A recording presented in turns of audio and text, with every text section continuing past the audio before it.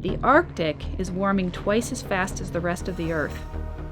I'm on a race to determine what this really means for all of us. My research takes me to the coldest corners of the planet, studying the release of natural greenhouse gases that speed up global warming.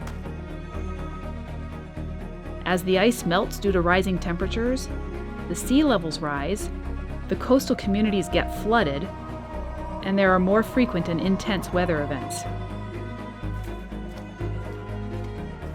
Global warming affects the types of plants that grow and which animals survive. I've been captivated by Arctic lakes since I was young.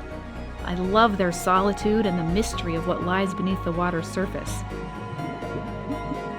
I've studied more than 300 lakes across the Arctic.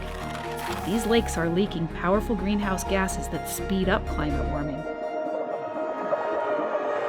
Earth's permafrost, the frozen ground beneath most of the Arctic, is turning out to not be so permanent after all. Heat destroys permafrost. Conserving heat is one of the best ways to minimize our impact on the environment. Choosing heat-free technology to lower energy consumption will reduce greenhouse gas emissions and help us slow permafrost thaw in the Arctic. We estimate that up to 10% of the projected global warming this century could come from thawing permafrost. People can have control over how much heat winds up in the atmosphere. We can all play a big part to conserve the magic of this planet for future generations.